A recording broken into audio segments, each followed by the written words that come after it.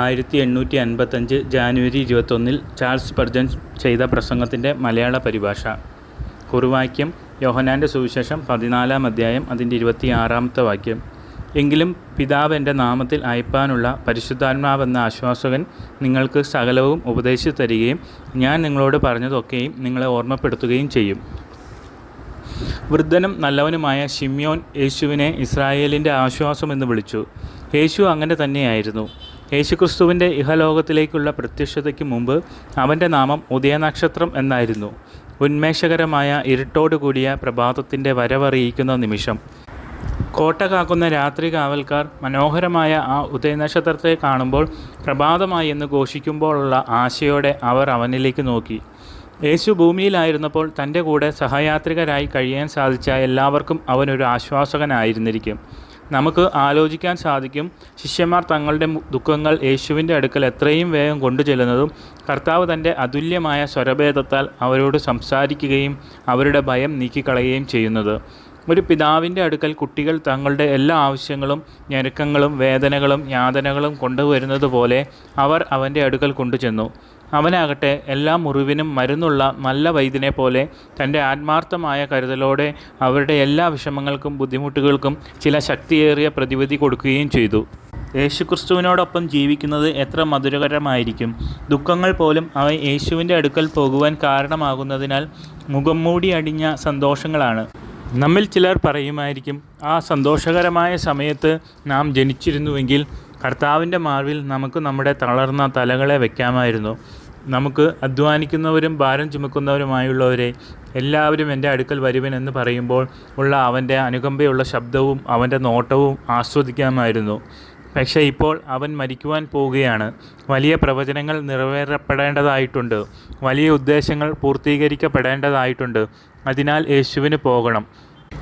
ഒരു നിർദോഷിയുടെ തിരുശേഷിപ്പിനെ കാക്കുവാൻ ഒരു ശവകുടീരത്തിനും കഴിയുകയില്ല. അവന് ഉയർത്തെഴുന്നേൽക്കേണ്ടതായിട്ടുണ്ട്. കാരണം ക്രിസ്തുവിൽ മരിച്ചവരായ നാം ഒരു ദിവസം മഹത്വമുള്ള ശരീരത്തിൽ ഈ ഭൂമിയിൽ നിൽക്കുന്നതിന് വേണ്ടി അവനും ബദ്ധന്മാരെ പിടിച്ചുകൊണ്ട് ഉയരത്തിൽ കയറേണ്ടതായിട്ടുണ്ട്. നരകത്തിലെ ഭൂതഗണങ്ങളെ തൻ്റെ തേരിൻ്റെ ചക്രത്തോട് ചേർത്ത് കെട്ടി സ്വർഗത്തിലെ പർവ്വതത്തിലേക്ക് കൊണ്ടുപോയി തൻ്റെ കയ്യാൽ അവരെ അധമപാതാളത്തിൻ്റെ അടിയിലേക്ക് തള്ളിയിട്ട് കളയേണ്ടതാകുന്നു. യേശു പറഞ്ഞു, ഞാൻ നിങ്ങളുടെ അടുക്കൽ നിന്ന് പോകുന്നത് നല്ലതാകുന്നു. ഞാൻ പോകാഞ്ഞാൽ ആശ്വാസകൻ നിങ്ങളുടെ അടുക്കൽ വരികയില്ല. യേശു പോകണം. ശിഷ്യന്മാരെ കരയൂ. യേശു പോകണം. ആശ്വാസം ഇല്ലാതാകുന്നത് കൊണ്ട് നിങ്ങൾ കരയുവീൻ. എങ്കിലും യേശു അവരോട് അനുകമ്പയോടെ സംസാരിക്കുന്നു. ഞാൻ നിങ്ങളെ അനാഥരായി വിടുകയില്ല. ഞാൻ പിതാവിനോട് പ്രാർത്ഥിക്കും. അവൻ സത്യത്തിൻ്റെ ആത്മാവ് എന്ന മറ്റൊരു ആശ്വാസകനെ എന്നേക്കും നിങ്ങളോട് കൂടെ ഇരിക്കേണ്ടതിന് നിങ്ങൾക്ക് തരും. അവൻ ഈ ചെറിയ ആട്ടിൻകൂട്ടത്തെ മരുഭൂമിയിൽ ഒറ്റയ്ക്കാക്കി വിടുകയില്ല. തൻ്റെ മക്കളെ ഉപേക്ഷിച്ച് അനാഥരാക്കി വിടുവാൻ കഴിയുകയില്ല. എങ്കിലും അവൻ്റെ ഹൃദയത്തിൽ തൻ്റെ കൈകളാൽ നിറവേറപ്പെടേണ്ട ഒരു വലിയ ദൗത്യമുണ്ട്. അവന് വലിയ കാര്യങ്ങൾ ചെയ്യാനുള്ളതിനാൽ നാം വിചാരിക്കും തൻ്റെ ബുദ്ധിശക്തി അതിഭാരത്താൽ ആയിപ്പോയി എന്ന്. അവന് വളരെ കഷ്ടം അനുഭവിക്കേണ്ടതിനാൽ നാം വിചാരിക്കും തൻ്റെ ആത്മാവ് തനിക്ക് അനുഭവിക്കേണ്ട കഷ്ടങ്ങളെപ്പറ്റി ചിന്തിച്ചിരിക്കുകയായിരിക്കുമെന്ന്. എന്നാൽ അത് അങ്ങനെയായിരുന്നില്ല. താൻ പോകുന്നതിന് മുമ്പ് അവൻ ആശ്വസിപ്പിക്കുന്ന വാക്കുകൾ നൽകി. നല്ല ശമരിയക്കാരനെ പോലെ അവൻ എണ്ണയും വീഞ്ഞും പകർന്നു. അവൻ എന്താണ് വാഗ്ദാനം ചെയ്തതെന്ന് നാം കാണുന്നു. ഞാൻ മറ്റൊരു ആശ്വാസകനെ നിങ്ങൾക്ക് അയക്കും. ഞാൻ എന്തായിരുന്നുവോ അതുപോലെ അതിലും ഉപരിയായി നിങ്ങളുടെ ദുഃഖത്തിൽ നിങ്ങളെ ആശ്വസിപ്പിക്കുന്നവൻ, സംശയങ്ങളെ മാറ്റുന്നവൻ, നിങ്ങളുടെ കഷ്ടതകളിൽ ആശ്വസിപ്പിക്കുന്നവൻ, ഭൂമിയിൽ എൻ്റെ പ്രതിനിധിയായി നിന്ന് ഞാൻ ചെയ്യേണ്ടതെല്ലാം ചെയ്യുന്നവൻ, നിങ്ങളോടൊപ്പം എന്നും വസിക്കുന്നവൻ. ഞാൻ പരിശുദ്ധാത്മാവിൻ്റെ ആശ്വസിപ്പിക്കുന്നവൻ എന്നതിനെപ്പറ്റി പറയുന്നതിന് മുമ്പ് ആശ്വാസകൻ എന്ന വാക്കിന് വ്യത്യസ്തമായ വിവർത്തനങ്ങളെപ്പറ്റി 2 വാക്ക് പറയണം. റോമൻ കത്തോലിക്കർ സ്വീകരിച്ചിരിക്കുന്ന റിമീഷ് എന്ന വിവർത്തനത്തിന് ആ പദം വിവർത്തനം ചെയ്യാതെ പാരാക്ലൈറ്റ് എന്ന് തന്നെയാണ് നൽകിയിരിക്കുന്നത്. എങ്കിലും പിതാവ് എൻ്റെ നാമത്തിൽ അയപ്പാനുള്ള പാരാക്ലൈറ്റ് എന്ന പരിശുദ്ധാത്മാവ് നിങ്ങൾക്ക് സകലവും ഉപദേശിച്ചു തരും. ഇതാണ് യഥാർത്ഥ ഗ്രീക്കിലുള്ള പദം. ഈ പദത്തിന് ആശ്വാസകൻ എന്നത് കൂടാതെ മറ്റർത്ഥങ്ങളുമുണ്ട്. ചിലപ്പോൾ ഇത് അർത്ഥമാക്കുന്നത് അധ്യാപകൻ എന്നാണ്. ഞാൻ നിങ്ങൾക്കായി മറ്റൊരു ഉപദേശകനെ, മറ്റൊരു അധ്യാപകനെ അയക്കും. ചിലപ്പോൾ അതിൻ്റെ അർത്ഥം കാര്യസ്ഥൻ എന്നാണ്. എന്നാൽ ആശ്വസിപ്പിക്കുന്നവൻ എന്നാണ് ഏറ്റവും സാധാരണയായുള്ള അർത്ഥം. എന്നാൽ ഇവിടെ പറയുന്ന മറ്റ് 2 അർത്ഥങ്ങളെപ്പറ്റിയും ചില കാര്യങ്ങൾ പരാമർശിക്കാതെ വിട്ടുകളയുവാൻ കഴിയുന്നതല്ല. ഞാൻ നിങ്ങൾക്കായി മറ്റൊരു അധ്യാപകനെ അയക്കും. ഈ ഭൂമിയിലായിരുന്നപ്പോൾ യേശുക്രിസ്തു തൻ്റെ വിശുദ്ധന്മാരുടെ ഔദ്യോഗിക അധ്യാപകനായിരുന്നു. അവൻ ക്രിസ്തുവിനെ അല്ലാതെ മറ്റാരെയും റബ്ബി എന്ന് വിളിച്ചിട്ടില്ല. അവർ ആരുടെയും കാൽക്കീഴിലിരുന്ന് ഉപദേശങ്ങൾ പഠിച്ചിട്ടില്ല. അവർ പഠിച്ചത് ഒരു മനുഷ്യനും ഇതുപോലെ സംസാരിച്ചിട്ടില്ല എന്ന പോലെ സംസാരിച്ചവൻ്റെ അടുക്കൽ നിന്നായിരുന്നു. എന്നാൽ ഇപ്പോൾ അവൻ പറയുന്നു, ഞാൻ പോകുമ്പോൾ നിങ്ങൾ തെറ്റില്ലാത്ത ഒരു അധ്യാപകനെ എവിടുന്ന് കണ്ടെത്തും? ഞാൻ റോമിൽ ഒരു മാർപ്പാപ്പയെ നിയമിക്കണമോ? അദ്ദേഹത്തിൻ്റെ അടുക്കൽ പോയി നിങ്ങളുടെ തെറ്റില്ലാത്ത വെളിപ്പാടുകൾ പ്രാപിക്കണമോ? ഞാൻ നിങ്ങൾക്കായി ദുഷ്കരമായ കാര്യങ്ങൾ തീരുമാനിക്കാനായി സഭാ കൗൺസിലുകൾ തരയണമോ? ക്രിസ്തു അങ്ങനെയൊന്നും പറഞ്ഞില്ല. ഞാനാണ് തെറ്റുപറ്റാത്ത പാരാക്ലൈറ്റ് അല്ലെങ്കിൽ അധ്യാപകൻ. ഞാൻ പോയ ശേഷം ഞാൻ നിങ്ങൾക്ക് മറ്റൊരു അധ്യാപകനെ അയക്കും. അവൻ നിങ്ങൾക്ക് തിരുവെഴുത്തുകളെ വിശദീകരിക്കും. അവൻ ദൈവത്തിൻ്റെ വെളിപ്പാടുകളുടെ ആധികാരികത ആയിരിക്കും. അവൻ ഇരുട്ടിലുള്ളതിനെ വെളിച്ചമാക്കും. അവൻ ഗൂഢമായത് വെളിപ്പെടുത്തും. അവൻ വെളിപ്പാടിൻ്റെ എല്ലാ കുരുക്കുകളെയും അഴിക്കും. നിങ്ങൾക്ക് കണ്ടെത്തുവാൻ സാധിക്കുന്നതെല്ലാം അവൻ മനസ്സിലാക്കി തരും. പ്രിയരെ, ആത്മാവിനാൽ പഠിച്ചില്ല എങ്കിൽ ഒരു മനുഷ്യനും ശരിയായി ഒന്നും പഠിക്കുകയില്ല. നിങ്ങൾ തിരഞ്ഞെടുപ്പിനെ പറ്റി പഠിച്ചിട്ടുണ്ടാകാം. നിങ്ങൾക്ക് അതിനെക്കുറിച്ച് അറിവുണ്ടായിരിക്കാം. എന്നാൽ നിങ്ങൾ പരിശുദ്ധാത്മാവിനല്ല പഠിച്ചതെങ്കിൽ നിങ്ങൾ അതിനാൽ നശിച്ചു പോകും. തങ്ങളുടെ ആത്മാവിൻ്റെ നാശത്തിനായി തിരഞ്ഞെടുപ്പിനെ പറ്റി പഠിച്ചവരെ എനിക്കറിയാം. അവർ അത് പഠിച്ചു. അതുകൊണ്ട് അവർ പറഞ്ഞു, ഞങ്ങൾ തിരഞ്ഞെടുക്കപ്പെട്ടവരാണ്. എന്നാൽ അവരിൽ ഒരു മാറ്റവും ഉണ്ടായിരുന്നില്ല. ഒരു തെളിവും ഒരു പരിശുദ്ധാത്മാവിൻ്റെ പ്രവൃത്തിയും അവരുടെ ആത്മാവിൽ കാണുവാൻ കഴിഞ്ഞില്ല. ചിലർ സത്യം സാത്താൻ്റെ കോളേജിൽ പഠിക്കാറുണ്ട്. അത് ഭോഗാസക്തിക്കും തങ്ങളുടെ ആത്മാവിൻ്റെ ഞരമ്പുകളിൽ വിഷം പടർത്തുന്നതിനും നിത്യനാശത്തിനും കാരണമാകും. ഒരു മനുഷ്യനും ദൈവത്തിൽ നിന്ന് പഠിച്ചിട്ടല്ലാതെ യേശുക്രിസ്തുവിനെ അറിയുവാൻ സാധിക്കുകയില്ല. ബൈബിളിലെ ഒരു ഉപദേശവും ആധികാരികമായ ഒരു ഉപദേശകനെ കൂടാതെ സുരക്ഷിതമായി, തറമായി, സത്യമായും പഠിക്കുവാൻ സാധിക്കുകയില്ല. ബൈബിൾ കോളേജുകളെ പറ്റി എന്നോട് പറയരുത്. ദൈവശാസ്ത്രത്തിൻ്റെ ശാഖകളെ പറ്റിയും എന്നോട് പറയരുത്. തെറ്റില്ലാത്ത കമൻ്ററികളെ പറ്റിയും പറയരുത്. കൂടുതൽ പഠിച്ച അഹങ്കാരികളായ പണ്ഡിതന്മാരെ പറ്റിയും പറയരുത്. നമ്മെ, ദൈവത്തിൻ്റെ മക്കളെ, എല്ലാ കാര്യങ്ങളും മനസ്സിലാക്കുവാൻ പറ്റുന്ന രീതിയിൽ നമ്മെ പഠിപ്പിക്കുവാൻ കഴിയുന്ന ആ മഹാനായ അധ്യാപകനെ പറ്റി പറയൂ. അവനാണ് അധ്യാപകൻ. ആ മനുഷ്യനും ഈ മനുഷ്യനും പറയുന്നതിൽ കാര്യമില്ല. ഞാനും നിങ്ങളും ഒരു മനുഷ്യൻ്റെയും ഉയർത്തപ്പെട്ട അധികാരത്തിന് കീഴിലല്ല. മനുഷ്യൻ്റെ ചതിയാലും വാക്കുകളുടെ തന്ത്രങ്ങളാലും നിങ്ങൾ കുടുങ്ങിപ്പോകുവാൻ ഇടവരരുത്. ദൈവത്തിൻ്റെ മക്കളുടെ ഹൃദയത്തിൽ അധിവസിക്കുന്ന പരിശുദ്ധാത്മാവാണ് ആധികാരികമായ വെളിപ്പാട്. അടുത്ത വിവർത്തനം അഭിഭാഷകൻ എന്നാണ്. നിങ്ങൾ എപ്പോഴെങ്കിലും പരിശുദ്ധാത്മാവിനെ ഒരു വക്കീൽ എന്ന രീതിയിൽ പറയാമെന്ന് ചിന്തിച്ചിട്ടുണ്ടോ? നിങ്ങൾക്കറിയാം, യേശുക്രിസ്തുവിനെ അത്ഭുത മന്ത്രി, വീരനാം ദൈവം, നിത്യപിതാവ് എന്നൊക്കെ വിളിച്ചിട്ടുണ്ട്. പക്ഷേ പരിശുദ്ധാത്മാവിനെ എങ്ങനെയാണ് ഒരു അഡ്വക്കേറ്റ് എന്ന് പറയാനാകുക? ഞാൻ വിചാരിക്കുന്നത് അത് ഇങ്ങനെയാണ് എന്നാണ്. പരിശുദ്ധാത്മാവ് ഈ ഭൂമിയിൽ ക്രൂശിൻ്റെ ശത്രുക്കൾക്കെതിരായി വാദിക്കുന്ന വക്കീലാണ്. പൗലോസിന് എങ്ങനെയാണ് ഫെലിക്സിൻ്റെയും അഗ്രിപ്പാവിൻ്റെയും മുമ്പിൽ ഇത്ര ആർജവത്തോടെ വാദിക്കുവാൻ കഴിഞ്ഞത്? അപ്പോസ്തലന്മാർക്ക് ന്യായാധിപന്മാരുടെ മുമ്പിൽ ധൈര്യത്തോടെ നിന്ന് അവരുടെ കർത്താവിനെ സാക്ഷിക്കുവാൻ കഴിഞ്ഞത്? എല്ലാ സമയത്തും ദൈവത്തിൻ്റെ ശുശ്രൂഷകന്മാർക്ക് സിംഹത്തേക്കാൾ പേടി കൂടാതെ ഇരിക്കുവാൻ കഴിയുന്നത് എങ്ങനെയാണ്? അവരുടെ നെറ്റി ബ്രാസിനേക്കാൾ കടുപ്പവും അവരുടെ ഹൃദയം സ്റ്റീലിനേക്കാൾ കഠിനവും അവരുടെ വാക്കുകൾ ദൈവത്തിൻ്റെ ഭാഷ പോലെ ആകുന്നതും എങ്ങനെയാണ്? എന്തുകൊണ്ടാണ് ഇങ്ങനെ? അത് ഈ കാരണം കൊണ്ടാണ്. അത് ആ മനുഷ്യനല്ല വാദിച്ചത്. അത് വാദിച്ചത് അവരിലൂടെ പരിശുദ്ധാത്മാവാണ്. നിങ്ങൾ കർത്താവിൻ്റെ വിശ്വസ്തനായ ദാസന്മാർ കൈകൾ ഉയരങ്ങളിലേക്ക് ഉയർത്തി കണ്ണുനീരോട് മനുഷ്യപുത്രന്മാരോട് അപേക്ഷിക്കുന്നത് കണ്ടിട്ടില്ലേ? ജോൺ ബെനിയൻ്റെ എഴുത്തുകളിലൂടെയുള്ള ഭാവം നിങ്ങളിൽ കൗതുകം ഉണർത്തിയിട്ടില്ലേ? ഒരു കണ്ണ് സ്വർഗത്തിലേക്ക് ഉയർത്തിയ ഒരു ദുർബലനായ വ്യക്തി. ഏറ്റവും നല്ല പുസ്തകങ്ങൾ അദ്ദേഹത്തിൻ്റെ കൈകളിൽ. സത്യത്തിൻ്റെ നിയമങ്ങൾ അദ്ദേഹത്തിൻ്റെ ചുണ്ടുകളിൽ എഴുതപ്പെട്ടിരിക്കുന്നു. ലോകം അദ്ദേഹത്തിൻ്റെ പിറകിൽ. തൻ്റെ തലയിൽ സ്വർണത്തിൻ്റെ കിരീടം തൂങ്ങിക്കിടക്കുന്നു. അദ്ദേഹം മനുഷ്യരോട് അപേക്ഷിച്ചുകൊണ്ട് നിൽക്കുന്നു. ആരാണ് ആ ശുശ്രൂഷകന്മാരെ ഇത്രയും അനുഗ്രഹിക്കപ്പെട്ട ഭാവം ദൈവിക വസ്തുക്കളും കൊടുത്തത്? എവിടെ നിന്നാണ് അദ്ദേഹത്തിന് ഈ കഴിവുകൾ ലഭിച്ചത്? അദ്ദേഹം അത് കോളേജിൽ നിന്ന് നേടിയെടുത്തതാണോ? സെമിനാരിയിൽ നിന്ന് പഠിച്ചതാണോ? അല്ല, അദ്ദേഹം അത് യാക്കോബിൻ്റെ ദൈവത്തിൽ നിന്ന് പഠിച്ചതാണ്. താൻ അത് പരിശുദ്ധാത്മാവിൽ നിന്ന് പഠിച്ചു. പരിശുദ്ധാത്മാവ് നല്ല ഉപദേഷ്ടാവായിരിക്കാൻ താൻ നമ്മെ തൻ്റെ ഉദ്ദേശത്തിനായി എങ്ങനെ വാദിക്കണമെന്ന് പഠിപ്പിക്കുന്നു. ഇതുകൂടാതെ പരിശുദ്ധാത്മാവ് മനുഷ്യരുടെ ഹൃദയങ്ങളിൽ വാദിക്കുന്നു. പരിശുദ്ധാത്മാവ് തങ്ങളുടെ ഉള്ളത്തിൽ പ്രവർത്തിച്ച് മനസ്സിലാക്കുന്നത് വരെ ചില ഉപദേശങ്ങൾ നിരസിച്ചിരുന്ന മനുഷ്യരെ എനിക്കറിയാം. സത്യത്തിൻ്റെ അഡ്വക്കേറ്റ് ആയ നാം പലപ്പോഴും വാദിക്കുന്നതിൽ വളരെ മോശമാണ്. നാം ഉപയോഗിക്കുന്ന നമ്മുടെ വാക്കുകളാൽ നമ്മുടെ ഉദ്ദേശത്തെ നശിപ്പിക്കും. എന്നാൽ കൃപയാൽ അതിൻ്റെ സംക്ഷിപ്തം ഒരു പ്രത്യേക അഭിഭാഷകൻ്റെ കൈകളിലാണ്. താൻ പാപികളുടെ എതിർപ്പിനെ മറികടന്ന് വിജയകരമായി വാദിക്കുന്നു. അദ്ദേഹം ഒരിക്കലെങ്കിലും തോറ്റുപോയതായി നിങ്ങൾക്കറിയാമോ? സഹോദരന്മാരെ, ഞാൻ നിങ്ങളുടെ ആത്മാവിനോട് സംസാരിക്കുന്നു. പണ്ട് മുതലേ ദൈവം നിങ്ങളുടെ പാപങ്ങളെക്കുറിച്ച് നിങ്ങൾക്ക് ഗ്രഹിപ്പിച്ചു തന്നില്ലേ? ഒരു ശുശ്രൂഷകനും നിങ്ങളുടെ സ്വയനീതിയിൽ നിന്ന് നിങ്ങളെ പുറത്തു കൊണ്ടുവരുവാൻ കഴിയുകയില്ല എങ്കിലും പരിശുദ്ധാത്മാവ് നിങ്ങളുടെ അടുക്കൽ വന്ന് നിങ്ങൾക്ക് നിങ്ങളുടെ കുറ്റം തെളിയിച്ചു തന്നതല്ലേ? അവൻ നിങ്ങളെ ക്രിസ്തുവിൻ്റെ നീതിയെപ്പറ്റി ഉണർത്തിച്ചതല്ലേ? അവൻ നിന്ന് നിങ്ങളോട് പ്രവൃത്തികളെല്ലാം കറ പുരണ്ട തുണി പോലെയാണെന്ന് പറഞ്ഞതല്ലേ? നിങ്ങൾക്കത് നന്നായി മനസ്സിലായി എങ്കിലും അവൻ്റെ ശബ്ദം കേൾക്കുന്നത് നിരസിച്ചു. അവൻ പെരുമ്പറ കൊണ്ടുവന്ന് നിങ്ങളുടെ ചെവിയിൽ കൊട്ടി. നിങ്ങളെ ഭാവിയിലേക്ക് നോക്കുമാറാക്കി. സിംഹാസനം വച്ചിരിക്കുന്നത് കാണുന്നു. പുസ്തകങ്ങൾ തുറന്നിരിക്കുന്നു. വാൾ ഓങ്ങിയിരിക്കുന്നു. നരകം കത്തുന്നു. പിശാചുക്കൾ ഓരയിടുന്നു. നശിച്ചു പോയവർ എന്നേക്കും കരയുന്നു. അവൻ നിങ്ങളെ വരാൻ പോകുന്ന ന്യായവിധിയെപ്പറ്റി ബോധ്യപ്പെടുത്തി തന്നിട്ടില്ലേ? ആത്മാക്കളോട് സംസാരിക്കുമ്പോൾ അവൻ ഒരു മികച്ച അഭിഭാഷകനാണ്. പാപത്തെക്കുറിച്ചും നീതിയെക്കുറിച്ചും വരുവാനുള്ള ന്യായവിധിയെയും കുറിച്ച് ബോധ്യം വരുത്തുന്നു.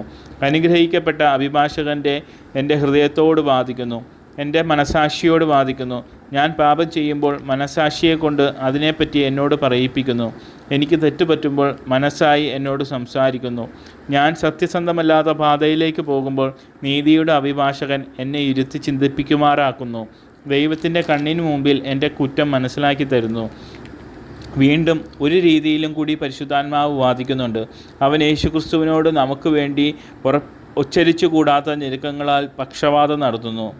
ഓ എൻ്റെ ആത്മാവേ, നീ എൻ്റെ ഉള്ളിൽ തകരാൻ തയ്യാറായി നിൽക്കുന്നു. ഓ എൻ്റെ ഹൃദയമേ, നീ ദുഃഖത്താൽ നിറഞ്ഞിരിക്കുന്നു.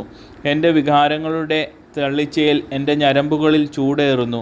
ഞാൻ സംസാരിക്കുവാൻ ആഗ്രഹിക്കുന്നു, എന്നാൽ ആഗ്രഹം തന്നെ എൻ്റെ നാവിനെ കടിഞ്ഞാണിടുന്നു. ഞാൻ പ്രാർത്ഥിക്കുവാൻ ആഗ്രഹിക്കുന്നു, എന്നാൽ എൻ്റെ വികാരത്തിൻ്റെ തീക്ഷ്ണത എൻ്റെ ഭാഷയെ തടയുന്നു. ഇവിടെ ഒരു ഉച്ചരിച്ചു കൂടാത്ത ഞെരുക്കമുണ്ട്. നിങ്ങൾക്കറിയാമോ ആർക്കാണ് ആ ഞെരുക്കം സംസാരിക്കുവാൻ കഴിയുന്നത്? ആർക്കാണ് അത് മനസ്സിലാകുന്നത്?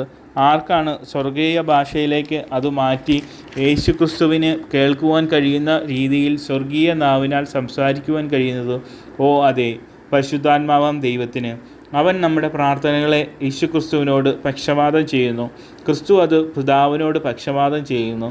അവൻ അഡ്വക്കേറ്റാണ്, ഉച്ചരിച്ചു കൂടാത്ത ഞെരുക്കങ്ങളാൽ നമുക്ക് വേണ്ടി പക്ഷപാതം ചെയ്യുന്നവൻ. നാം ഇപ്പോൾ പരിശുദ്ധാത്മാവിൻ്റെ അധ്യാപകനായും അഡ്വക്കേറ്റായും ഉള്ള പദവികളെപ്പറ്റി വിശദീകരിച്ചു. ഇനിയിപ്പോൾ നമ്മുടെ വിവർത്തനത്തിലെ പദമായ ആശ്വാസകൻ എന്ന ആശയം നോക്കാം. ഇവിടെ ഞാൻ 3 ഭാഗങ്ങൾ ഉണ്ടായിരിക്കും. ആദ്യം ആശ്വാസകൻ, രണ്ടാമതായി ആശ്വാസം, മൂന്നാമതായി ആശ്വസിക്കപ്പെട്ടു. ആദ്യമായി ആശ്വാസകൻ. ചുരുക്കത്തിൽ ഈ മഹാനായ ആശ്വാസകൻ്റെ സ്വഭാവ സവിശേഷതകൾ എൻ്റെ മനസ്സിലേക്കും നിങ്ങളുടെ മനസ്സിലേക്കും കൊണ്ടുവരട്ടെ. നിങ്ങളുടെ കേസ് അദ്ദേഹത്തിന് എത്ര നന്നായി മനസ്സിലാക്കുവാൻ കഴിയുമെന്ന് നിങ്ങൾക്ക് അറിയുവാൻ സാധിക്കും. ആദ്യമായി പരിശുദ്ധാത്മാവ് ഒരു നല്ല സ്നേഹിക്കുന്ന ആശ്വാസകനാണ് എന്നത് ശ്രദ്ധിക്കാം. ഞാൻ ദുരിതത്തിലാണ്, എനിക്ക് ആശ്വാസം വേണം. ചില വഴിപോക്കർ എൻ്റെ ദുഃഖം കേട്ടു. അവർ അകത്തു വന്നു, കൂടെയിരുന്നു, എന്നെ സന്തോഷിപ്പിച്ചു, നല്ല വാക്കുകൾ പറഞ്ഞു. പക്ഷേ അവൻ എന്നെ സ്നേഹിക്കുന്നില്ല. അവൻ അപരിചിതനാണ്. അവൻ എന്നെ അറിയുകയില്ല. അവൻ വന്നത് അവൻ്റെ കഴിവുകൾ നോക്കുന്നതിനു വേണ്ടിയാണ്. എന്താണ് അതിൻ്റെ അനന്തരഫലം? അവൻ്റെ വാക്കുകൾ എൻ്റെ മീതെ കിടന്നു പോകും, എണ്ണ മാർബിളിൽ കൂടി ഒഴുകുന്നത് പോലെ. അവർ കല്ലിൻ്റെ മേൽ വീണ് ചിതറുന്ന മഴ പോലെയാണ്. എൻ്റെ വേദന അവർ മാറ്റുന്നില്ല, അത് മാറാതെ അങ്ങനെ തന്നെ നിൽക്കുന്നു. കാരണം അവന് എന്നോട് ഒരു സ്നേഹവുമില്ല. പക്ഷേ തൻ്റെ ജീവനെപ്പോലെ എന്നെ സ്നേഹിക്കുന്ന ഒരാൾ എൻ്റെ അടുക്കൽ വന്ന് സംസാരിക്കുന്നു. അദ്ദേഹത്തിൻ്റെ വാക്കുകൾ സംഗീതം പോലെയാകുന്നു. അവർ തേൻ പോലെ മധുരമുള്ളവരാണ്. അവന് എൻ്റെ ഹൃദയത്തിൻ്റെ വാതിലിൻ്റെ താക്കോൽ അറിയാം. എൻ്റെ കാതുകൾ അവൻ്റെ വാക്കുകൾക്ക് ശ്രദ്ധിച്ചിരിക്കും. ആ വാക്കുകളുടെ സ്വരഭേദത്തിലേക്ക് ഞാൻ തലചായ്ച്ചിരിക്കും. സ്വർഗത്തിലെ താളമായിരിക്കും അത് എൻ്റെ മനസ്സിൽ. സ്നേഹത്തിനൊരു ശബ്ദമുണ്ട്. അത് അതിൻ്റെ സ്വന്തം ഭാഷ സംസാരിക്കുന്നു. ഒരു മിമിക്രിക്കാരനും അനുകരിക്കാനാകാത്ത പ്രത്യേക ഒരു ഉച്ചാരണവും ഒരു ഭാഷാശൈലിയുമുണ്ട്.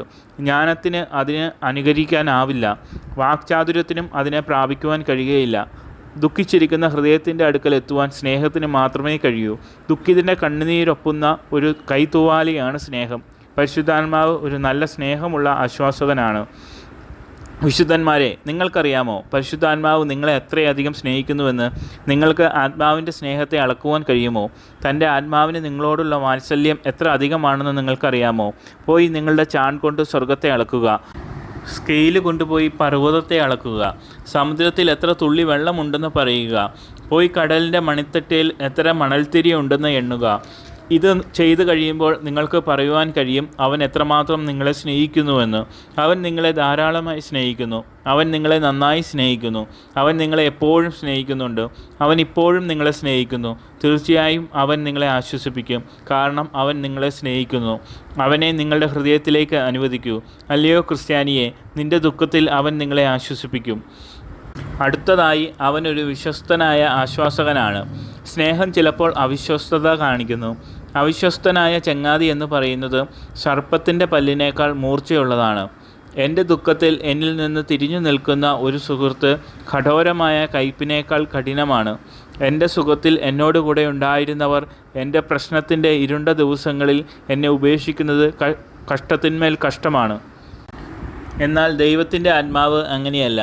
അവൻ എപ്പോഴെങ്കിലും സ്നേഹിച്ചിട്ടുണ്ടോ? എന്നാൽ അവസാനം വരെയും സ്നേഹിക്കും. ഒരു വിശ്വസ്തനായ ആശ്വാസകൻ. ദൈവത്തിൻ്റെ മകനെ, നീ ഒരു പ്രശ്നത്തിലാണ്. എന്നാൽ കുറച്ചു സമയത്തിന് ശേഷം നീ അവനെ ഒരു മധുരമുള്ള സ്നേഹമുള്ള ആശ്വാസകനായി കണ്ടെത്തുന്നു. മറ്റുള്ളവർ വെറും പൊട്ടിയ തൊട്ടി പോലെ ആയിരിക്കുമ്പോൾ അവനിൽ നിന്ന് നിങ്ങൾക്ക് ആശ്വാസം കിട്ടും. അവൻ നിങ്ങളെ തൻ്റെ മാറിൽ സൂക്ഷിക്കും, തൻ്റെ കൈകളിൽ താങ്ങും. ഓ, ആകയാൽ ഇപ്പോൾ അവനെ നിങ്ങൾ ആശ്വസിക്കുന്നുണ്ടോ? ഭയത്തിൽ നിന്ന് പുറത്തു കിടക്കുക. അവനൊരു വിശ്വസ്തനായ ആശ്വാസകനാണ്. ഒരുപക്ഷെ നിങ്ങൾ പറയുമായിരിക്കും, ഞാൻ രോഗത്തിലാണ്, ഞാൻ അവൻ്റെ കൽപ്പനകളെ തെറ്റിച്ചിട്ടുണ്ട്. എന്നിരുന്നാലും അവൻ നിങ്ങളുടെ രോഗക്കിടക്കയിൽ വരികയും നിന്നോടുകൂടി ഇരിക്കുകയും ആശ്വസിപ്പിക്കുകയും ചെയ്യും. നിങ്ങൾക്ക് ചിന്തിക്കാൻ പറ്റുന്നതിലും അധികം പ്രശ്നത്തിലാണ് ഞാൻ. തിരമാലകൾ എൻ്റെ മേൽ വന്നുകൊണ്ടേയിരിക്കുന്നു. എന്നിരുന്നാലും അവൻ തൻ്റെ വാഗ്ദത്തങ്ങളിൽ വിശ്വസ്തനാണ്. പക്ഷെ ഞാൻ പാപം ചെയ്തു. അതെ, നിങ്ങളത് ചെയ്തു. പാപത്തിന് നിങ്ങളെ അവൻ്റെ സ്നേഹത്തിൽ നിന്ന് അകറ്റി നിർത്തുവാൻ കഴിയുകയില്ല. അവൻ ഇപ്പോഴും നിങ്ങളെ സ്നേഹിക്കുന്നു. ഓ, ദുരിതമനുഭവിക്കുന്ന ക്രിസ്ത്യാനിയെ, നിൻ്റെ പഴയ പാപങ്ങളുടെ പാടുകൾ കാരണം നിൻ്റെ ഭംഗി കുറഞ്ഞതുകൊണ്ട് കളങ്കം നിമിത്തം അവൻ നിന്നെ ചെറുതായി സ്നേഹിക്കുന്നുവെന്നോ? ഓ അല്ല, അവൻ നിൻ്റെ പാപത്തെ മുന്നമേ അറിഞ്ഞിരുന്നപ്പോൾ തന്നെ നിന്നെ സ്നേഹിച്ചു. നിൻ്റെ ദുഷ്ടത എത്രത്തോളം ഉണ്ടായിരുന്നുവെന്ന് അവന് ജ്ഞാനമുള്ളപ്പോൾ തന്നെ അവൻ നിന്നെ സ്നേഹിച്ചു. ഇപ്പോൾ അവൻ കുറച്ച് സ്നേഹിക്കുകയില്ല. വിശ്വാസത്തിൻ്റെ ഉറപ്പോടെ അവൻ്റെ അടുക്കലേക്ക് വരൂ. നിങ്ങൾ അവനെ ദുഃഖിപ്പിച്ചു എന്ന് അവനോട് പറയൂ. അവൻ നിങ്ങളുടെ പാപത്തെ ക്ഷമിക്കുകയും നിങ്ങളുടെ പിന്നെയും സ്വീകരിക്കുകയും ചെയ്യും. അവൻ്റെ സ്നേഹചുംബനങ്ങൾ നിങ്ങളുടെ മേൽ ചൊരിയും. അവൻ്റെ കൃപയുടെ കൈകളാൽ നിങ്ങളെ പൊതിയും. അവൻ വിശ്വസ്തനാണ്. അവനെ വിശ്വസിക്കൂ. അവൻ നിങ്ങളെ ചതിക്കുകയില്ല. അവനിൽ ആശ്രയിക്കൂ. അവൻ നിങ്ങളെ ഒരു നാളും വിട്ടുപിരിക്കുകയില്ല. വീണ്ടും അവനൊരു ക്ഷീണിക്കാത്ത ആശ്വാസകനാണ്. ഞാൻ ചിലപ്പോഴൊക്കെ ചില പ്രത്യേക ആളുകളെ സമാധാനിപ്പിക്കുവാൻ ശ്രമിച്ചിട്ടുണ്ട്. നിങ്ങളൊരു തകർന്നിരിക്കുന്ന ഒരാളുടെ അടുക്കൽ ചെല്ലുക. എന്നിട്ട് ചോദിക്കുക, എന്താണ് നിങ്ങളുടെ പ്രശ്നം? നിങ്ങൾ ചോദിച്ചത് പ്രശ്നത്തെ എളുപ്പത്തിൽ പരിഹരിക്കുവാൻ വേണ്ടിയാണ്. പക്ഷേ നിങ്ങൾ അതിനായി നിങ്ങളുടെ ആയുധങ്ങൾ ഒരുക്കുമ്പോൾ നിങ്ങൾ മനസ്സിലാക്കും, ആദ്യത്തെ പ്രശ്നമല്ല ഇപ്പോൾ പകുതിയായപ്പോൾ ഉള്ളത് എന്ന്. നിങ്ങൾ നിങ്ങളുടെ വാദം മാറ്റി പിന്നെയും തുടങ്ങുന്നു. പക്ഷേ അത് വീണ്ടും പോയി. നിങ്ങൾ അമ്പരന്നു നിൽക്കുന്നു. ഹെർക്കുലീസ് വീണ്ടും വീണ്ടും തിരികെ വളരുന്ന ഹൈഡ്രയുടെ തല വെട്ടി മാറ്റിയതുപോലെയായി. നിങ്ങൾ നിങ്ങളുടെ ഉദ്യമം നിർത്തേണ്ടതായി വരുന്നു. നിങ്ങൾ ആശ്വസിപ്പിക്കുവാൻ കഴിയുകയില്ലാത്ത ആളുകളെ കണ്ടുമുട്ടുന്നു. ബാക്കിയുള്ള ആളുകളിൽ ഒരു മനുഷ്യൻ തന്നെ പൂട്ടിയിട്ട് താക്കോൽ എറിഞ്ഞു കളഞ്ഞിരിക്കുകയാണ്, ആർക്കും തുറക്കാൻ പറ്റാത്ത രീതിയിൽ. ഞാൻ ചിലരെ നിരാശയുടെ ചങ്ങലയിൽ അകപ്പെട്ടവരെ കണ്ടിട്ടുണ്ട്. അവർ പറയുന്നു, ഞാനാണ് ആ മനുഷ്യൻ, കഷ്ടതകളെ കണ്ട മനുഷ്യൻ, എന്നോട് സഹതാപം കാണിക്കൂ. കൂട്ടുകാരെ, നിങ്ങൾ എത്രയധികം അവരെ ആശ്വസിപ്പിക്കുവാൻ ശ്രമിക്കുന്നുവോ അത്രയധികം മോശമാവും അവർ. അതുകൊണ്ട് പൂർണ്ണ ഹൃദയത്തോടെ അവരുടെ പഴയ സന്തോഷങ്ങളിൽ തന്നെ തനിയെ അലിയുവാൻ വിടുന്നു. പക്ഷേ പരിശുദ്ധാത്മാവ് ഒരിക്കലും താൻ ആശ്വസിപ്പിക്കുവാൻ ആഗ്രഹിക്കുന്നവരെ കൈവിടുകയില്ല. അവൻ നമ്മെ ആശ്വസിപ്പിക്കുവാൻ ശ്രമിക്കുന്നു. പക്ഷേ നാം ആ സ്നേഹപരമായ തലോടൽ വിട്ട് ഓടിപ്പോരുന്നു. അവൻ നമുക്ക് കുറച്ച് മധുരമുള്ള മരുന്ന് നമുക്ക് ആശ്വാസത്തിനായി തരുന്നു. നാം പക്ഷേ അത് കുടിക്കുകയില്ല. അവൻ നമ്മുടെ പ്രശ്നങ്ങളിൽ നിന്ന് ഉന്മേഷം പ്രാപിക്കുന്നതിന് വേണ്ടി ഏറ്റവും നല്ല ഓഹരി നമുക്ക് തരുന്നു. എന്നാൽ നാം അത് എറിഞ്ഞു കളയുന്നു. എങ്കിലും അവൻ നമ്മെ പിന്തുടരുന്നു. നാം ആശ്വസിപ്പിക്കപ്പെടുകയില്ല എന്ന് പറഞ്ഞാലും അവൻ പറയുന്നു, നിങ്ങൾ ആശ്വാസം പ്രാപിക്കും. അവൻ അങ്ങനെ പറയുന്നു, അങ്ങനെ തന്നെ ചെയ്യുകയും ചെയ്യും. അവൻ നമ്മുടെ പാപങ്ങൾ നിമിത്തവും നമ്മുടെ മുറുമുറുപ്പുകൾ നിമിത്തവും ക്ഷീണിതനാകുന്നില്ല. ഇപ്പോൾ പരിശുദ്ധാത്മാവ് എത്ര ജ്ഞാനിയായ ആശ്വാസകനാണ് എന്ന് നോക്കാം. ഇയ്യോബിന് ആശ്വാസകർ ഉണ്ടായിരുന്നു. എന്നാൽ അവരെപ്പറ്റി ഇയ്യോബ് പറഞ്ഞത്, നിങ്ങളെല്ലാവരും വ്യസനിപ്പിക്കുന്ന ആശ്വാസകന്മാരാണ് എന്നാണ്. ഈ പറഞ്ഞത് ശരിയാണെന്ന് എനിക്ക് തോന്നുന്നു. പക്ഷെ ഞാൻ ഉറപ്പിച്ചു പറയുന്നു, അവരെല്ലാവരും തങ്ങളെപ്പറ്റി വിചാരിച്ചിരുന്നത് തങ്ങൾ ജ്ഞാനികളാണെന്നാണ്. യവനക്കാരനായ ഏലീഹു എഴുന്നേറ്റ് സംസാരിച്ചപ്പോൾ അവർ വിചാരിച്ചത് അവന് അധിക പ്രസംഗം നടത്തുന്നു എന്നാണ്. അവർ വൃദ്ധരും മാനിക്കപ്പെടേണ്ടതുമായ മൂപ്പുള്ളവരുമല്ലേ? അവർ അവൻ്റെ ദുഃഖവും സങ്കടവും ഉൾക്കൊള്ളേണ്ടതല്ലേ? അവർക്ക് അവനെ ആശ്വസിപ്പിക്കുവാൻ കഴിഞ്ഞില്ല എങ്കിൽ ആർക്ക് കഴിയും? പക്ഷേ അവർക്ക് അതിൻ്റെ ഉദ്ദേശം പിടികിട്ടിയില്ല. അവർ വിചാരിച്ചത് അവനൊരു ദൈവത്തിൻ്റെ മകനല്ല എന്നാണ്, അവനൊരു സ്വയനീതിക്കാരനാണെന്നാണ്. അതുകൊണ്ടാണ് അവർ അവന് കൊടുത്തത് തെറ്റായ പ്രതിവിധിയാണ്. ഒരു ഡോക്ടർ രോഗത്തെ നിർണ്ണയിക്കുന്നതിൽ പരാജയപ്പെടുകയും തെറ്റായ മരുന്ന് കൊടുത്ത് രോഗി മരിക്കുന്ന അവസ്ഥ തീർത്തും നിരാശാവഹമാണ്. ചില സമയങ്ങളിൽ നാം ചിലരെ സന്ദർശിക്കാൻ പോകുമ്പോൾ നാം അവരുടെ രോഗങ്ങളെ തെറ്റായി മനസ്സിലാക്കാറുണ്ട്. നമുക്ക് അവരെ ആശ്വസിപ്പിക്കുന്നത് തെറ്റായ കാര്യത്തിനുമായിരിക്കും. ഈ സമയങ്ങളിൽ അവർക്ക് ഒരു ആശ്വാസം വേണ്ടിയിരുന്നില്ല. നമ്മെപ്പോലെ അജ്ഞാനികളായ ആശ്വാസകന്മാരെക്കാൾ നല്ലത് അവർ ഒറ്റയ്ക്കായിരിക്കുന്നത് കൂടുതൽ നന്നായിരിക്കും. പക്ഷേ പരിശുദ്ധാത്മാവ് എത്ര ജ്ഞാനിയാണെന്ന് നോക്കുവിൻ. അവൻ ആത്മാവിനെ എടുക്കുന്നു, മേശമേൽ വയ്ക്കുന്നു, ഒരു നിമിഷം കൊണ്ട് രോഗനിർണയം നടത്തുന്നു, പ്രശ്നത്തിൻ്റെ വേരിനെ മനസ്സിലാക്കുന്നു. അവൻ പ്രശ്നം എവിടെയാണെന്ന് കാണുന്നു. അതിനുശേഷം അവൻ തൻ്റെ കത്തിയെടുത്ത് പുറത്തു കളയേണ്ടത് എന്തെങ്കിലും ആണെങ്കിൽ മുറിച്ചു കളയുന്നു. മുറിവിന് അവൻ തുണി കെട്ടിവെക്കുന്നു. അവൻ ഒരിക്കലും തെറ്റുപറ്റുകയില്ല. പരിശുദ്ധാത്മാവ് എത്ര ജ്ഞാനിയാണ്! എല്ലാ ആശ്വാസകന്മാരിൽ നിന്നും ഞാൻ മാറി ഒഴിവായി നടക്കാറുണ്ട്. എന്നാൽ അവൻ ഒരുവൻ മാത്രമാണ് ജ്ഞാനിയായ ആശ്വാസകൻ. അടുത്തതായി, എത്ര സുരക്ഷിതനാണ് പരിശുദ്ധാത്മാവ് എന്ന് നോക്കാം. എല്ലാ ആശ്വാസവും സുരക്ഷിതമല്ല. സൂക്ഷിക്കുക. അവിടെയുള്ള ഒരു യവനക്കാരനായ മനുഷ്യൻ ദുഃഖിതനാണ്. അവൻ എന്തുകൊണ്ടാണ് അങ്ങനെ ആയതെന്ന് അറിയാമോ? അവൻ ഒരു ദിവസം ഒരു ദേവാലയത്തിൽ പോയി ഒരു ശക്തനായ പ്രസംഗികനെ ശ്രവിച്ചു. അവൻ്റെ വാക്കുകൾ അനുഗ്രഹിക്കപ്പെട്ടതും തൻ്റെ പാപത്തെപ്പറ്റി ബോധ്യം വരുത്തുന്നതുമായിരുന്നു. അവൻ വീട്ടിൽ തിരികെ പോയപ്പോൾ അവൻ്റെ അച്ഛനും വീട്ടുകാരും അവനിൽ മാറ്റം സംഭവിച്ചതായി കണ്ടു. അവർ അവനോട് പറഞ്ഞു, ജോൺ, നിനക്ക് ഭ്രാന്തായോ? അവൻ്റെ അമ്മ അവനോട് പറഞ്ഞു, നീ പട്ടണത്തിൽ ഒരാഴ്ച പോയി കളിക്കുകയോ തിയേറ്ററിൽ പോവുകയോ ചെയ്യൂ. ജോൺ, നിങ്ങൾ അങ്ങനെ ചെയ്യുന്നതിൽ എന്തെങ്കിലും ആശ്വാസം കണ്ടെത്തിയോ? ഇല്ല, എൻ്റെ അവസ്ഥ കൂടുതൽ മോശമാക്കി തീർത്തു. ഞാൻ അവിടെ ആയിരുന്നപ്പോൾ നരകം എൻ്റെ നേരെ തുറന്നിരിക്കുന്നതും എന്നെ വിഴുങ്ങുന്നതുമായി തോന്നി. നിങ്ങൾ ഈ ലോകത്തിൻ്റെ സുഖങ്ങളിൽ ആശ്വാസം കണ്ടെത്തുന്നുണ്ടോ? നിങ്ങൾ പറയുന്നു, ഇല്ല. അത് വെറും സമയം കളയുന്നതാണ്. അത് ദുരിതപൂർണമായ ആശ്വാസമാണ്. പക്ഷേ അത് ഈ ലോകത്തിൻ്റെ ആശ്വാസമാണ്. ഒരു ക്രിസ്ത്യാനി പ്രശ്നത്തിലകപ്പെടുമ്പോൾ എത്ര ആളുകൾ അദ്ദേഹത്തിന് ഇതുപോലെ ആശ്വാസത്തെ നിർദ്ദേശിക്കും. പോയി ഇന്നയാളുടെ പ്രസംഗം കേൾക്കുക, കുറച്ച് കൂട്ടുകാരെ വീട്ടിൽ കൊണ്ടുവന്ന് ഇന്ന പുസ്തകങ്ങൾ വായിക്കുക. ഇതൊക്കെ ഏറ്റവും മോശം ഉപദേശമായിരിക്കാനാണ് സാധ്യത. പിശാച് ചിലപ്പോൾ ഒരു ആശ്വാസകൻ്റെ രൂപമെടുത്ത് മനുഷ്യരുടെ ആത്മാക്കളുടെ അടുത്ത് വന്ന് പറയാറുണ്ട്, ഈ മാനസാന്തരത്തിൻ്റെ എല്ലാ പ്രശ്നങ്ങളും നമുക്ക് ആവശ്യമില്ല. നിങ്ങൾ മറ്റു മനുഷ്യരെക്കാൾ മോശമൊന്നുമല്ല. അവൻ നിങ്ങളുടെ ഉള്ളിൽ, ആത്മാവിൻ്റെ ഉള്ളിൽ പരിശുദ്ധാത്മാവിൻ്റെ ശരിയായ ഉറപ്പിൻ്റെ ഒരു തോന്നൽ ഉണ്ടാക്കുകയാണ്. അങ്ങനെ അവൻ ഒരുപാട് പേരെ തെറ്റായ ആശ്വാസം നൽകി പറ്റിച്ചിട്ടുണ്ട്. അനേകർ കുഞ്ഞുങ്ങളെപ്പോലെ സ്വാന്തനത്തിൻ്റെ അമൃത് ഭക്ഷിച്ച് ഉറങ്ങി നശിച്ചു പോയിട്ടുണ്ട്. അനേകർ സമാധാനമില്ലാതിരിക്കെ പെട്ടെന്ന് ശരിയായി കാര്യങ്ങൾ പറയേണ്ടതിന് പകരം സമാധാനം എന്ന് പറയുന്നവരാൽ നശിച്ചുപോയി. ക്ലിയോപാട്ര പാമ്പിനെ ഒരു പൂവിൻ്റെ കൂടിലാണ് കൊണ്ടുവന്നത്. മനുഷ്യർ പലപ്പോഴും ദുർലഭമായ ഭാഷണങ്ങളാലും മധുരമുള്ള പ്രസംഗങ്ങളാലും നശിച്ചു പോയിട്ടുണ്ട്. പക്ഷേ പരിശുദ്ധാത്മാവിൻ്റെ സ്വാന്തനം സുരക്ഷിതവും നിങ്ങൾക്കതിൽ ആശ്രയിക്കാവുന്നതുമാണ്. അവൻ വചനം പറയട്ടെ, അതിൽ സത്യമുണ്ട്. അവൻ നിങ്ങൾക്ക് ആശ്വാസത്തിൻ്റെ ഒരു കപ്പ് തരട്ടെ.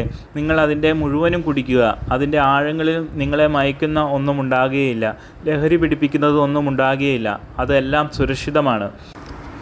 എല്ലാത്തിനും ഉപരിയായി പരിശുദ്ധാത്മാവ് ഒരു സജീവമായ ആശ്വാസകനാണ്. അവൻ വാക്കുകൾ കൊണ്ടല്ല ആശ്വസിപ്പിക്കുന്നത്, പക്ഷേ പ്രവൃത്തികൾ കൊണ്ടാണ്. ചില ആശ്വാസങ്ങൾ ഒന്നും കൊടുക്കാതെ സമാധാനത്തോടെ പോയി തീ കായുകയും വിശപ്പടക്കുകയും ചെയ്യുകയും എന്ന് പറയുന്നതാണ്. പക്ഷേ പരിശുദ്ധാത്മാവ് കൊടുക്കുന്നു. അവൻ യേശുവുമായി പക്ഷപാതം നടത്തുന്നു. അവൻ നമുക്ക് വാഗ്ദാനങ്ങൾ നൽകിയിരിക്കുന്നു. അവൻ നമുക്ക് കൃപകൾ നൽകിയിരിക്കുന്നു. അതുകൊണ്ട് അവൻ നമ്മെ ആശ്വസിപ്പിക്കുന്നു. വീണ്ടും മനസ്സിലാക്കുക, അവൻ എപ്പോഴും ഒരു വിജയിച്ച ആശ്വാസകനാണ്. അവൻ ഒരിക്കലും തന്നെക്കൊണ്ട് കഴിയുകയില്ലാത്ത കാര്യങ്ങൾ ചെയ്യുവാൻ ശ്രമിക്കുകയില്ല. അവസാനമായി, അവൻ എല്ലായ്പ്പോഴും കൂടെയുള്ള ആശ്വാസകനാണ്. അത് കാരണം അവനെ വിളിക്കുവാൻ പോകേണ്ടതില്ല. നിങ്ങളുടെ ദൈവം എപ്പോഴും നിങ്ങളുടെ അടുത്തുണ്ട്. നിങ്ങളുടെ ദുഃഖങ്ങളിൽ ആശ്വാസം വേണ്ടപ്പോൾ നോക്കുക, വചനം നിങ്ങളുടെ അടുത്തുണ്ട്, നിങ്ങളുടെ വായിലുണ്ട്, നിങ്ങളുടെ ഹൃദയത്തിലുണ്ട്. ബുദ്ധിമുട്ടുകളിൽ അവൻ എപ്പോഴും കൂടെയുള്ളവനാണ് എന്നതിനെപ്പറ്റി പറയുവാൻ കൂടുതൽ സമയമുണ്ടായിരുന്നുവെങ്കിൽ എന്ന് ഞാൻ ആഗ്രഹിക്കുന്നു. എന്നാൽ ഇപ്പോൾ സമയമില്ലല്ലോ. രണ്ടാമതായി നമുക്ക് ആശ്വാസത്തെപ്പറ്റി നോക്കാം. പരിശുദ്ധാത്മാവിൻ്റെ സ്വാധീനത്തെപ്പറ്റി ചില തെറ്റായ ധാരണയുള്ള മനുഷ്യരെ എനിക്കറിയാം. ഒരു മൂഢനായ വ്യക്തി ഒരു പ്രസംഗപീഠത്തിൽ പ്രസംഗിക്കുവാൻ ആഗ്രഹിച്ചിരുന്നു. എന്നാൽ അദ്ദേഹത്തിന് അത് ചെയ്യുവാനുള്ള പ്രാപ്തി ഉണ്ടായിരുന്നില്ല. എന്നാൽ അദ്ദേഹം അവിടുത്തെ ശുശ്രൂഷകനെ വിളിച്ച് പരിശുദ്ധാത്മാവ് തന്നെ അതിനായി നിയോഗിച്ചിരിക്കുന്നു എന്ന് വെളിപ്പാടുണ്ടായി എന്ന് അദ്ദേഹം പറയുന്നു. ആ ശുശ്രൂഷകൻ അദ്ദേഹത്തോട് പറഞ്ഞത്, വളരെ നല്ലത്, ഞാൻ നിങ്ങളുടെ അവകാശവാദത്തെ സംശയിക്കുന്നില്ല.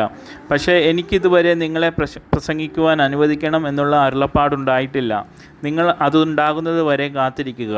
ഞാൻ പല ഭ്രാന്തന്മാരെ പരിശുദ്ധാത്മാവ് എനിക്കത് വെളിപ്പെടുത്തി എന്ന് പറയുന്നതിനെ കണ്ടിട്ടുണ്ട്. അത് മിക്കവാറും അസംബന്ധമായിരിക്കും. പരിശുദ്ധാത്മാവ് പുതിയതായി ഇപ്പോഴൊന്നും വെളിപ്പെടുത്തുന്നില്ല. അവൻ പഴയ കാര്യങ്ങളെ നമ്മുടെ ഓർമ്മയിലേക്ക് കൊണ്ടുവരുന്നു. അവൻ നിങ്ങൾക്ക് സകലതും ഉപദേശിച്ചു തരികയും ഞാൻ നിങ്ങളോട് പറഞ്ഞതൊക്കെയും നിങ്ങളെ ഓർമ്മപ്പെടുത്തുകയും ചെയ്യും. വെളിപ്പാടിൻ്റെ കാനോനീകരണം തീർന്നതാണ്. ഇനിയൊന്നും കൂട്ടിച്ചേർക്കുവാനില്ല. ദൈവം ഇപ്പോൾ പുതിയ വെളിപ്പാടുകൾ നൽകുന്നില്ല, എന്നാൽ പഴയത് ഓർമ്മിപ്പിക്കുന്നു. അത് നാം മറന്നു പോകുമ്പോൾ, നമ്മുടെ ഓർമ്മയിൽ പൊടി പിടിച്ചു കിടക്കുമ്പോൾ അവൻ അത് പുറത്തെടുത്ത് വൃത്തിയാക്കുന്നു.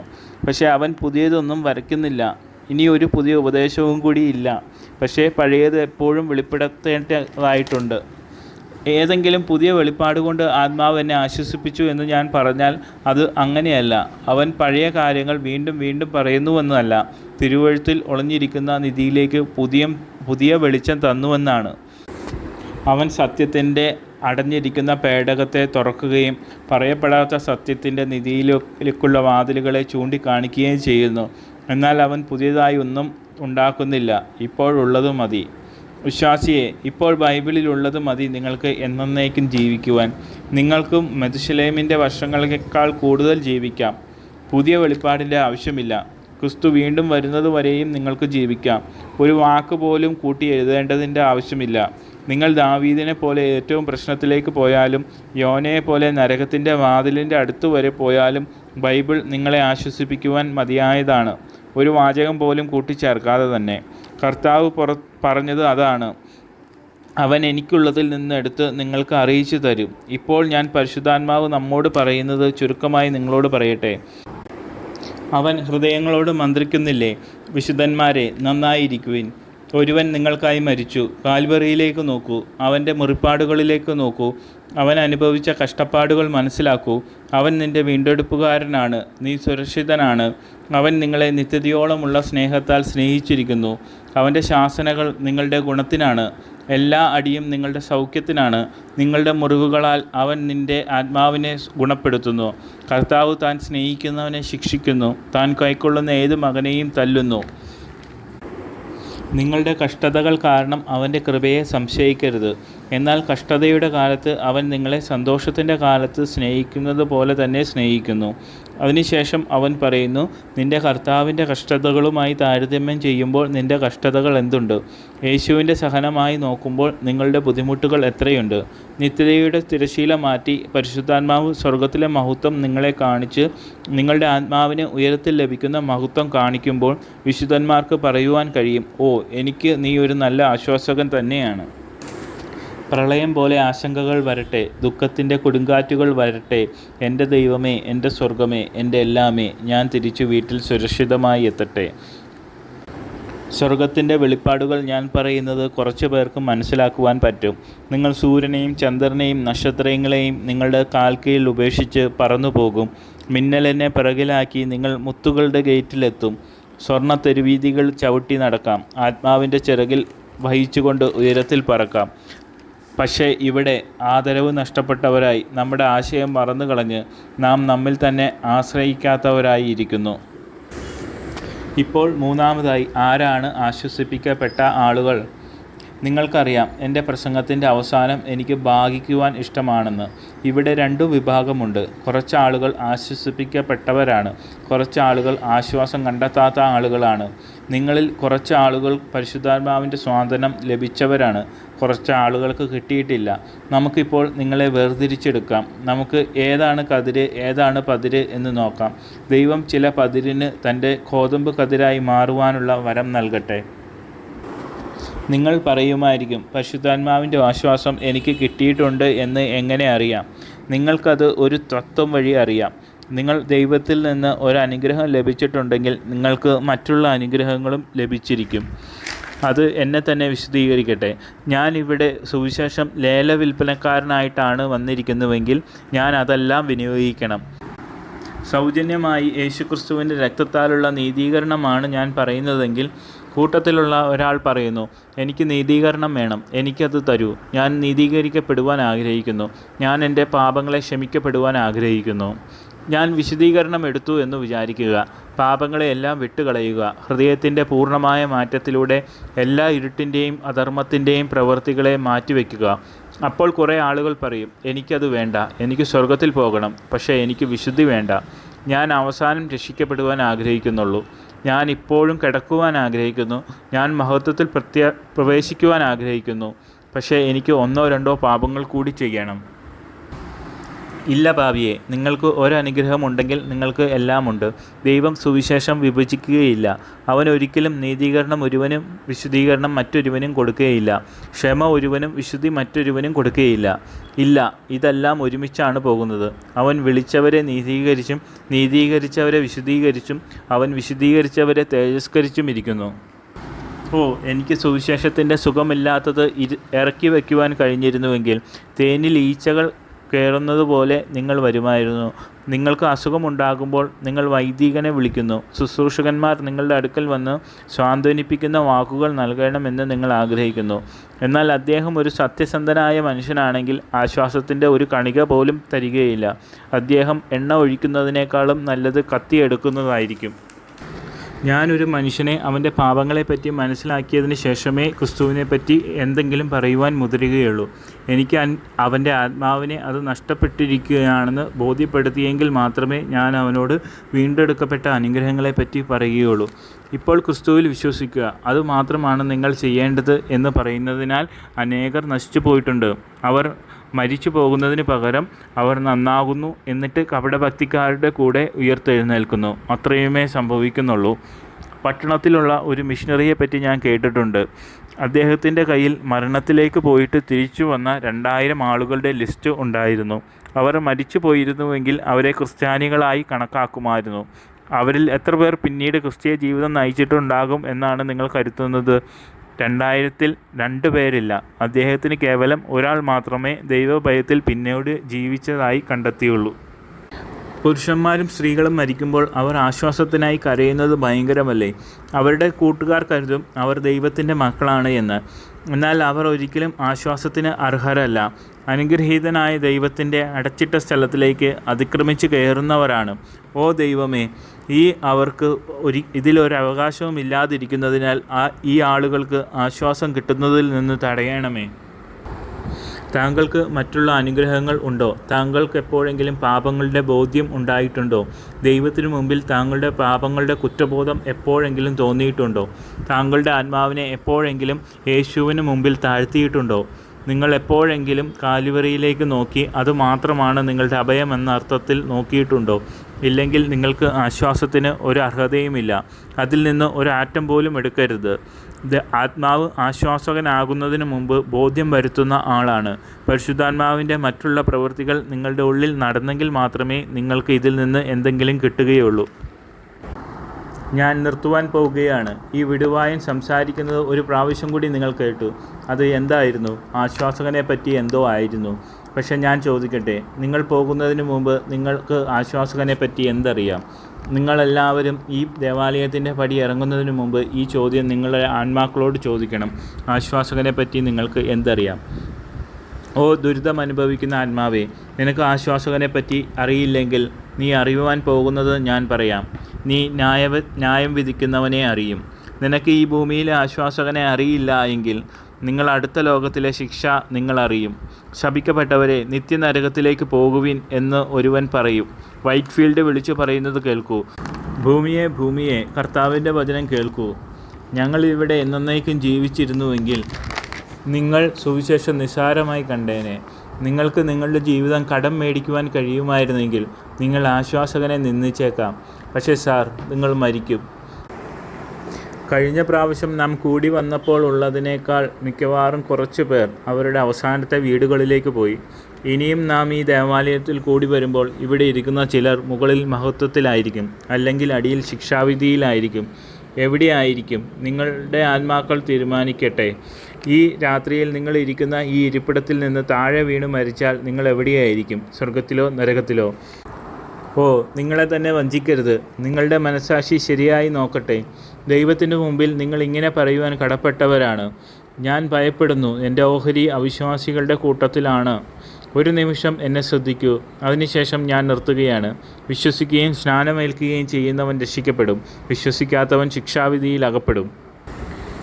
ദുരന്തം പാപി, നരകപാപി, പിശാചിൻ്റെ പിടിയിൽ അകപ്പെട്ടവനും ദുഷ്ടനും ദുർനടപ്പുകാരനും കൊള്ളയടിക്കപ്പെട്ടവനും കള്ളനും വ്യഭിചാരിയും മദ്യപനും അസത്യം ചെയ്യുന്നവനും ശബത്ത് ലംഘിക്കുന്നവനും കേൾക്കുക.